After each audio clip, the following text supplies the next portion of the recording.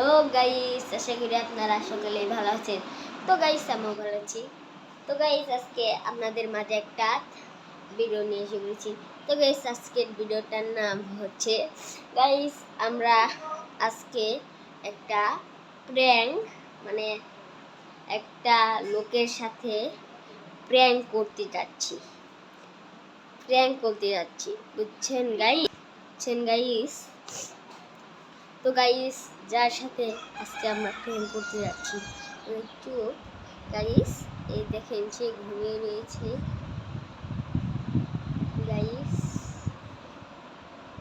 আপনারা নিশ্চয়ই সবাই বসে থাকতে দেখেছিলেন। তো গাইস, সেটা আমার একটা পুতুল ছিল, ওর সেম টু সেম দেখছেন গাইস।